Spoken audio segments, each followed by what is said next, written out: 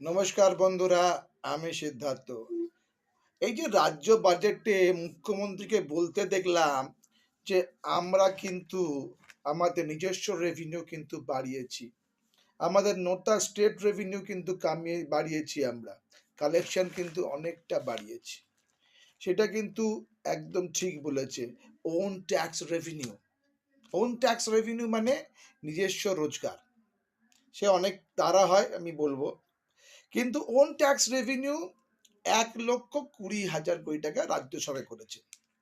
মুখ্যমন্ত্রী বললেন যে এইটা যদি ২০১১-১২ অর্থবর্ষে মানে বামপন্থীদের সময় সিপিএম পার্টির শেষ যেটা হয়েছিল তখন ওন রেভিনিউ ছিল ২১,০০০ কোটি টাকা, 21,000 crore। সেখান থেকে ১,২০,০০০ কোটি টাকা। মুখ্যমন্ত্রী ঠিকই কথা বলেছে, রোজগার বেড়েছে। কিন্তু রোজগার বাড়াটা তো কোনো বড় কথা না, রোজগার বাড়াতেই হবে। রোজগার না বাড়লে how to expense to about the infrastructure, পরিকাঠামো কি করে খরচা করব। কিন্তু মুখ্যমন্ত্রী বলেননি যে এবছর জিএসটি কালেকশন থেকে মুখ্যমন্ত্রী কত পেয়েছে। কেন্দ্র থেকে যখন জিএসটি কালেকশন, কেন্দ্র যখন এখান থেকে নিয়ে যায়, জিএসটি কালেকশন করে যখন নিয়ে যায় যে কোনো শিল্প থেকে, যে কোনো সার্ভিসেস থেকে, সে নিত্য প্রয়োজনীয় দ্রব্য হোক, সার্ভিসেস হোক, ইন্স্যুরেন্স পলিসি ছিল আগে, যে কোনো থেকে যে সার্ভিসেস নিয়ে যায়, সেটা শেয়ারিং হয় রাজ্য ও কেন্দ্রের মধ্যে। একটা বাজেটে এবছর উল্লেখ নেই জিএসটি শেয়ারিং কত পেয়েছে। রাজ্য কিন্তু এবছর জিএসটি শেয়ারিং পেয়েছে ১,৬৮,০০০ কোটি টাকা।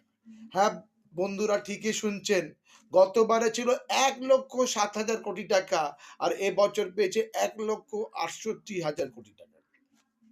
তার মানে জিএসটি কালেকশনটা রাজ্য শেয়ারিং বেশি পেয়েছে কেন্দ্র থেকে।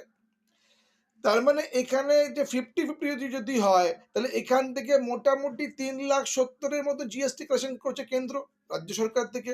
আর সেখানে কিন্তু ১,৬৮,০০০ কোটি টাকা কিন্তু রাজ্য দিয়েছে। কে দিয়েছে? কেন্দ্রকে কেন্দ্র, রাজ্যকে দিয়েছে। তাই বন্ধুরা, রাজ্যের থেকে জিএসটি কালেকশনটা ইম্পর্টেন্ট। তাই তো যেটা খরচা টোটাল বাজেট হয়েছে ৪,০০,০০০ কোটি টাকা, আর রেভিনিউ যেটা হয়েছে স্টেট ইনকাম হচ্ছে ২,৮৭,০০০ কোটি টাকা। ১,২০,০০,০০ প্লাস ১,৬৮,০০০ যদি আপনি অ্যাড করেন, দেখবেন এই ফিগারটা আপনি পেয়ে যাবেন ২,৮৭,০০০ কোটি টাকা। তাই মুখ্যমন্ত্রীকে বলতে হবে, শুধু কেন্দ্র টাকা দেয় না বললে হবে না, কেন্দ্র ন্যায্য টাকা দেয়, যেই টাকাটা সত্যিকারের রাজ্য পায়। যদি রাজ্য কোনো ২ নম্বরই করে, কোনো চুরি করে, কেন্দ্র সেখানে আটকিয়ে দেয়। তাই